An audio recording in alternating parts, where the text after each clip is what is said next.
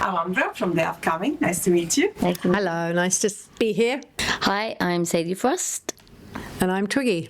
You basically had a new documentary coming in, Twiggy. Tell me a little bit more about it. It's a documentary about my life, my career mainly, and my private life a little bit. And it happened because in the UK I do a podcast called Tea with Twiggy, and a few years ago, 4 years ago, Sadie had done a wonderful documentary about Mary Quant, and she came on my podcast to promote Quant, and we kind of knew each other, didn't we? But not ever so well, but we knew we'd met lots of times and things. And in the chat on my podcast, I said, are you going to do any more documentaries? And she said something about she loved doing all the research about the 60s and she'd like to find somebody else in that period. And then she said, oh, I should do you know. So we went out to lunch the following week. We got on really well because over the years I have been approached before about doing it, and for whatever reason it didn't happen, or I passed.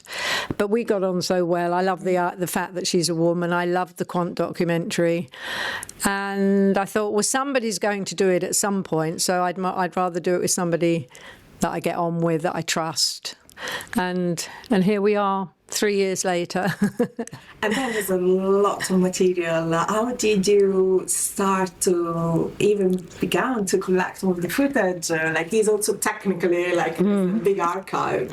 When you do a documentary, and this is my second one, you kind of work with an archive researcher, and we kind of put into, TV stuff of Twiggy, 60s stuff of Twiggy, home life of Twiggy. So you build all your folders, you get kind of familiar with it, and you've worked out your kind of paper edit and your mood board, plus this kind of recording of Twiggy speaking about her life, which then I kind of fitted in the archive. So you would then start kind of editing the archive into and weaving it with this interview. It was just the stuff that kind of resonated with the material or the tone of the documentary I wanted, or to highlight the stories. So it's quite easy in a way when you just go yes, no, yeah, and it's a very personal thing as a director. You know what you want. Like, other people can kind of give you notes, get involved, but really you know what you want. So it's a very, very personal thing. So you were always happy with all the archive choices, I think. Yeah, I'd seen a lot of the archive, the old stuff, but you did find some stuff I hadn't seen, and I was very happy because I think, lots of people remember me from the 60s and the eyelashes and the short hair and the mini skirt, which is great. It was the beginning of my career. But I'm actually much prouder of things like the Broadway show, the films I've done, and the music I've made, which probably isn't as famous. And it was nice that you included that. It wasn't just focused on 1960, being the face of 66. So for me, it was nice because, I've done lots of things and I'm very proud of the things I've done. So it was nice that you included that. Yeah, and all the dancing. And it surprises a lot of people, doesn't it? Yeah. And there's a lot of fun stuff. I mean, the stuff with you and Brian Ferry, I think one thing we couldn't use, there's always a few disappointing things that you can't use because of the money situation, was the Muppets. Yeah. Twiggy did the Muppets, and I really wanted that in. Yeah, I really and it's just like everybody in the industry knows it's a no-no, because archive is owned sometimes by not just one company, but a group of companies, or you have to go to families from, and the estate owns the archive. So there's a lot of paperwork and kind of laborious things that you have to go through. You might not even find like who owns this picture, but in the end I kind of got a lot of I wanted the kitsch fun stuff of her dancing and all the performing stuff, and the boyfriend. I grew up watching Twiggy dance in The Boyfriend and remember the TV show, so I'd never forgotten it, so I just wanted it in the doc. And you started the documentary quite straight on with a personal conversation about your life, where you were born in Easton. I live in Easton too. You live in Easton? I do. Now? Southview Avenue, yes. Now, that's hysterical. I know, That's so When I funny. was watching it, I was like, That's so funny. to that. So I was actually growing up in that area because, I don't know if you've been there recently. I think You live there now. no, she's like Harlesden, Kent's Rise. Is that near Neasden? Yeah, it's not far. Yeah. And actually, the park that I go to, Roundwood Park. Do you know Roundwood Park? Oh, yeah. That I take my grandkids to. We go there to the swings. I've got a picture of me in my nappy sitting on the grass in Roundwood Park, and I was about 18 months. Like, now I'm going to remember you every time I pass by. That's so funny.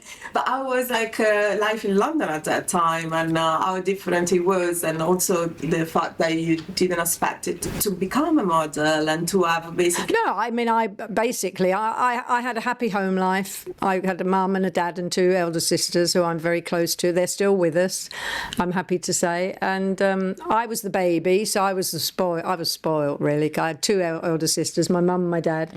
And I was quite a shy little girl. I liked being at home. I loved going to school. I didn't plan what happened to me. I was as shocked as everybody else. But as a teenager, I got into like playing with makeup and I love making clothes. It's still my hobby, sewing and knitting, and so I used to make a lot of my clothes in the 60s because I couldn't get what I wanted, so I'd make it. But it was a very normal kind of happy home life, and then so what happened to me was as big a surprise to me as to the world. How did you change? Another question for Twiggy. Okay. How did that change? Did that change dramatically your life? Completely. One month I was still at school, and 2 months later I was in Paris doing the Paris collections for Elle magazine. I mean, it was bonkers, wasn't it? Really. Yeah. And then a year later I was in New York. I always say that working for American Vogue with Diana Vreeland, who was the, doyen of fashion, like Anna Wintour is now. Diana Vreeland was like the queen, wasn't she? And she brought me over to New York. If you worked for Vogue, you didn't work for Harper's. If you worked for Harper's, you didn't work for, in those days. But Diana Vreeland was like the queen, and she brought me over to New York. And I always say she turned me global because she put her stamp of approval on me. It was an emotional journey for both of you to go through that. You were talking before, Sadie, that for you it was like a journey to discovery also of an era where your parents grow up, so it was probably connected to lots of memories for them as well. Tell me a little bit more about this. So my parents were, my mum's the same age as Twiggy, and she modelled at 15, 16, but had me when she was 16, and my dad was an artist, so I was had these kind of little kind of snapshots in my mind always of fashion, music, the kind of music I'd hear on the record player that my parents had would be the soundtrack of this movie. My mum kind of knew Paul McCartney, my dad worked with John Lennon, so I was kind of growing up in this bohemian life with the movers and shakers, and I felt like I knew women like Twiggy and knew women like Mary Quant, because they were kind of an extension of my mum and my mum's friends.